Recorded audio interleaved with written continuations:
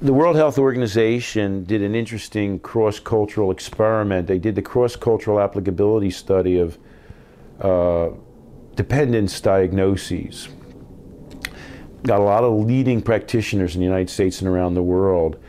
Their hypothesis was, like yours, when you use the word physically addicted, that there are certain characteristics of alcoholism that are physical and some that are psychological.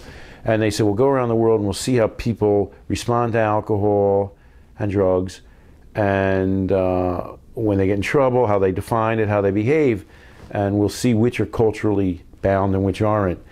In fact, they couldn't find anything that wasn't culturally bound. Even the things that they felt were physically based, like tolerance, turned out to be incredibly divergent from culture to culture. I have a little pet theory. The human mind is incapable of comprehending the degree to which its experience is determined by the social and cultural groups of which it's a part. We just are not able to do that. When we do something, because everybody around us does something, we just think that's reality.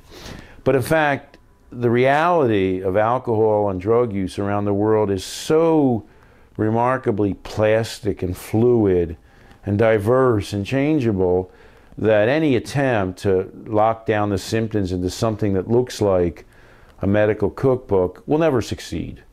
And the more we know about it, the more obvious that is. DSM-4 should really pack up its bags and go home in many ways, based in terms of the dependence criteria. The World Health Organization has its own diagnostic categories, ICD. They should quit now because they've now determined that everything they rely on is totally culturally defined and variable. But they won't. They won't quit because they'll go home and they'll basically say, well, everybody here thinks that this is alcoholism and this is addiction, and if you drink this much, you'll have this reaction to it. So that must be right. But let's put it in our manual.